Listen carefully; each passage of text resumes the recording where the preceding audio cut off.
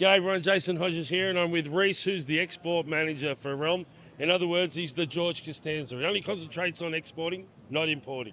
Mate, you must know this stuff like the back of your hand. Yes, it's been doing it for a little while now. It's pretty exciting. We've got some really cool new innovations here at Reln, so very excited to talk about it today, Jace. So with a name like Reece, you never thought you were going to be an electrician? Couldn't. It's just like it's in the blood. So yeah. Mate, the Civil Edge, I did like a how-to video and introduction on it, and it was all about sort of big developments and picking up road water and things like that. Yep. The best laid plans. Is it being picked up by that market, and where else is it being used? Look, we've definitely seen a lot of interest from our plumbing customers, so to speak. So Class D grates are used in a number of different applications. A lot of residential developments. It might be a 4-townhouse development, it might be a 20-townhouse development. Not necessarily a civil project per se, but it's sort of that mid-tier.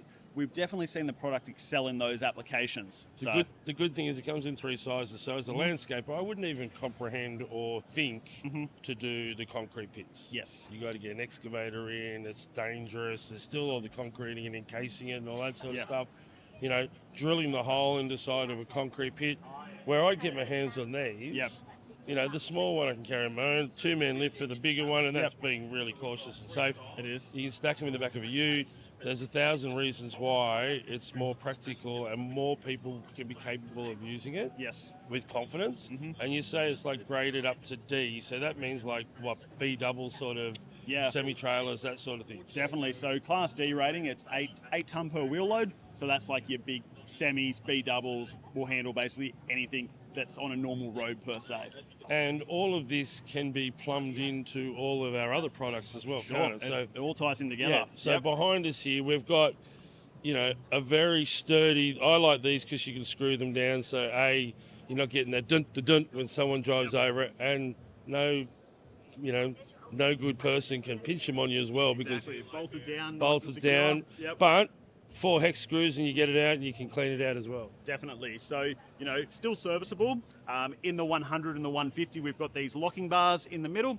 So those twist and hold it down. And then, like you said, with the 200 series, you've got the 4 bolts. You can still get in there and service it when you need. So, yeah.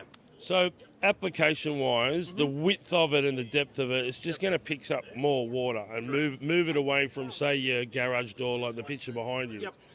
Most of that's still going into just your standard storm water, isn't it? So, it is. If you're using a bigger one and you've got a lot of it, you might think that you have to upsize your... Like, I'm just thinking as a landscaper because they just go, it goes into 90 mil storm water. Yeah. Well, if it's going into 90 mil storm water, you can really only use the first one's amount of water, can't you? Yeah, look, it's one of those things. It really depends on your application and where you want to install this product. What we've found is the Storm Drain Pro series is definitely getting more used in our residential markets these days. Traditionally, it was always like the light commercial industrial style. We're definitely seeing larger downpours of rain here in Australia, particularly where I'm from in southeast Queensland. When it rains, it really rains.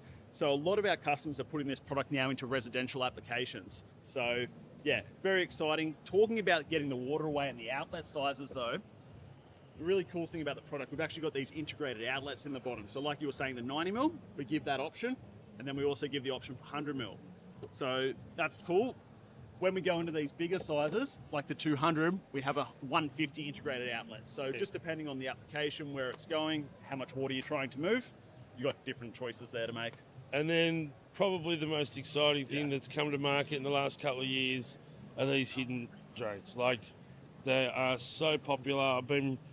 since day one, I've been answering questions as a dumb landscaper that, the engineers and talking about the thicknesses. So you've got 3 ranges where you can use a tile, a stone or a paver. Correct. And getting a lot of questions here at the show about, but if we put it around a pool, how does it have fall?